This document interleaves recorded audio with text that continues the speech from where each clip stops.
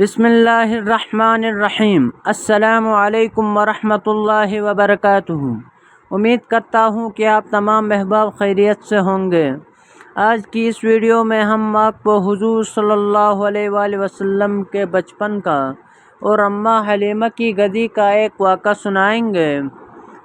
حلیمہ اپنے ننھے بچے کو گود میں لیے پریشان بیٹھی ہے۔ بچہ مسلسل روئے جا رہا ہے۔ حلیمہ ہر طرح سے اپنے بچے کو بہلا رہی تھی مگر وہ چپ نہیں ہو رہا ہے۔ ایسا معلوم ہو رہا ہے کہ بچے کو کوئی تکلیف ہے۔ قریب ہی حلیمہ کا شوہر حارث بھی پریشان نظر آ رہا ہے۔ حلیمہ ایک نیک اور رحمدل عورت تھی اور اس کا شوہر بھی ایک محنتی اور ایماندار شخص تھا۔ یہ لوگ ایک چھوٹے سے خوبصورت گاؤں میں رہتے تھے مگر بہت غریب تھے۔ محنت مزدوری کر کے جو کچھ حاصل ہوتا صبر شکر کر کے گزارا کر لیتے۔ کچھ عرصے بارش نہ ہونے کی وجہ سے درخت اور پودے سوکھ گئے تھے، جانور بھی پانی سے محروم تھے۔ ایسے میں نہ انہیں خود کھانے کو مل رہا تھا اور نہ ہی ان کے جانوروں کو۔ اس وقت بھی حلیمہ اور ان کے شوہر کے پریشان ہونے کی وجہ یہی تھی کہ ننھا عبداللہ بھوک کی وجہ سے مسلسل روئے جا رہا تھا۔ گھر میں جو اونٹی تھی بھوکی ہونے کی وجہ سے اس سے بھی ایک بوند دودھ حاصل نہ ہو سکتا تھا۔ حارث کو پریشان دیکھ کر حلیمہ نے کہا، فکر نہ کرو، صبح ہم لوگ شہر جائیں گے اور کچھ نہ کچھ بندوبست ہو ہی جائے گا۔ وہاں کی روایت کے مطابق دراصل گاؤں کی خواتین شہر جاتی اور ایک ایک بچے کو گود لے لیتی اور اسے اپنے ساتھ گاؤں لے آتی تھی تاکہ گاؤں کی خالص غذا اور تازہ آب و ہوا میں پرورش کے ساتھ بچہ اپنی زبان پر بھی مہارت حاصل کر لے۔ اگلی صبح حلیمہ سفر کے لیے اپنے سامان لیا اور ننھا عبداللہ کو گود میں لے کر اپنی سرمئی رنگ کی گدی پر سوار ہو گئی۔ 10 خواتین اور مردوں پر مشتمل یہ قافلہ شہر کی طرف روانہ ہوا۔ حلیمہ کی گدی بھوکی ہونے کی وجہ سے لاغر ہو گئی تھی اور اتنا ہی آہستہ چل رہی تھی کہ قافلے والے کافی آگے نکل جاتے اور رک کر حلیمہ کے انتظار کرتے۔ حلیمہ اور حارث بہت خاموشی سے سفر کر رہے تھے۔ اسی طرح سفر کرتے ہوئے وہ لوگ شہر پہنچ گئے۔ ہر کسی کی خواہش تھی کہ وہ کسی بڑے گھرانے کے بچے کو گود لے لے، مگر ہوا یوں کہ پہلے پہنچ جانے کی وجہ سے ساتھی عورتوں نے اپنی مطلب کے گھر تلاش کر لیے۔ حلیمہ کے پہنچتے پہنچتے صرف ایک بچہ رہ گیا تھا۔ وہ ایک یتیم بچہ تھا جسے تمام خواتین نے نظر انداز کر دیا کیونکہ بچہ کا باپ وفات پا چکا تھا اور بڑے دادا عمر کے حصے میں جو زندہ رہنے کی امید نہ رکھتے تھے۔ جہاں تک والدہ کا تعلق تھا وہ بھی کچھ زیادہ مالدار نہ تھی۔ اس بچے کی وراثت میں کوئی بہت زیادہ مال و دولت نہ تھا، غرض ایک طرف غریب بچہ تھا اور دوسری طرف غریب ترین دائی۔ تمام عورتوں کو بچے مل گئے اور روانگی کی تیاریاں ہونے لگیں۔ ایسے میں حلیمہ نے اپنے شوہر سے مشورہ کیا کہ اپنے ساتھیوں کے ساتھ بچہ لیے بغیر واپس جانا اچھا نہیں لگتا، اس لیے میں اس یتیم بچے کو ہی لے آتی ہوں۔ شوہر نے جواب دیا، جیسا چاہو کرو، کیا معلوم اللہ اس کے ذریعے ہی ہم پر رحمت نازل کر دے۔ حلیمہ اس وقت واپس بچے کے دادا کے پاس گئی اور ان سے بچے کو مانگا۔ دادا نے بچے کی والدہ کے پاس حلیمہ کو بھیج دیا۔ حلیمہ نے جو بچے کو دیکھا تو وہ عام بچوں سے زیادہ خوبصورت تھا۔ انہوں نے بچے کو گود میں لے کر اسے پیار کیا اور گود میں لیے اسے اپنی سواری کے پاس آ گئی اور واپسی کا سفر شروع کیا۔ ابھی کچھ ہی دیر چلے تھے کہ ساتھی عورتوں کی آواز آئی کہ ذرا آہستہ چلو، ہمارا بھی خیال کرو۔ اے حلیمہ، کیا یہ وہی سواری نہیں جس پر تم شہر آئی تھی؟ اور جیسے ایک قدم چلنا بھی مشکل تھا۔ یوں یہ لوگ اپنے علاقے بنی سعد میں واپس پہنچے۔ حلیمہ کے شوہر نے جب اپنی اونٹی کو دیکھا تو اس کے تھن دودھ سے بھرے ہوئے ہیں۔ انہوں نے اس کا دودھ دوہا اور اسے خود بھی پیا اور حلیمہ کو بھی پلایا، اور حلیمہ کے بچے اور اس یتیم بچے کو بھی اس کے بعد تمام جانوروں کے چرنے کے لیے میدان میں چھوڑ دیا۔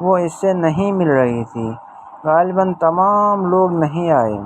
راہب کو خیال آیا کہ میں نے کہا تھا کسی کو چھوڑ کر مت آنا۔ راہب نے قافلے والوں سے کہا کہ ایسا کوئی بھی نہیں جسے ہم نے پیچھے چھوڑا ہو، سوائے ایک لڑکے کے جو ہم میں سب سے چھوٹا ہے۔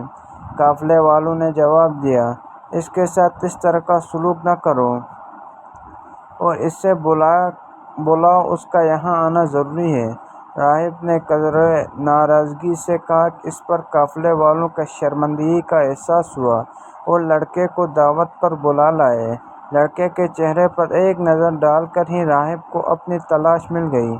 کھانے پینے کا سلسلہ شروع ہوا۔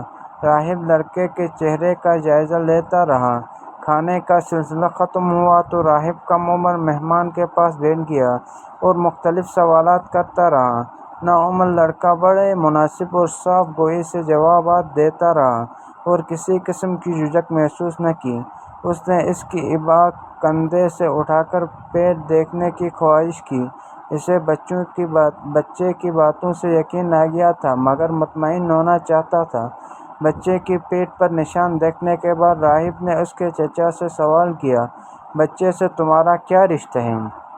چچا نے، جو کہ اپنی اولاد سے بڑھ کر اس کی پرورش کی تھی، اس لیے جواب دیا کہ یہ میرا بیٹا ہے، یہ تمہارا بیٹا نہیں۔ راہب نے پورے یقین سے کہا کہ یہ ممکن ہی نہیں، اس کا باپ زندہ ہو، یہ میرے بھائی کا بیٹا ہے۔ چچا نے جواب دیا، پھر اس کا باپ کہاں گیا؟ راہب نے ایک اور سوال چچا سے کیا۔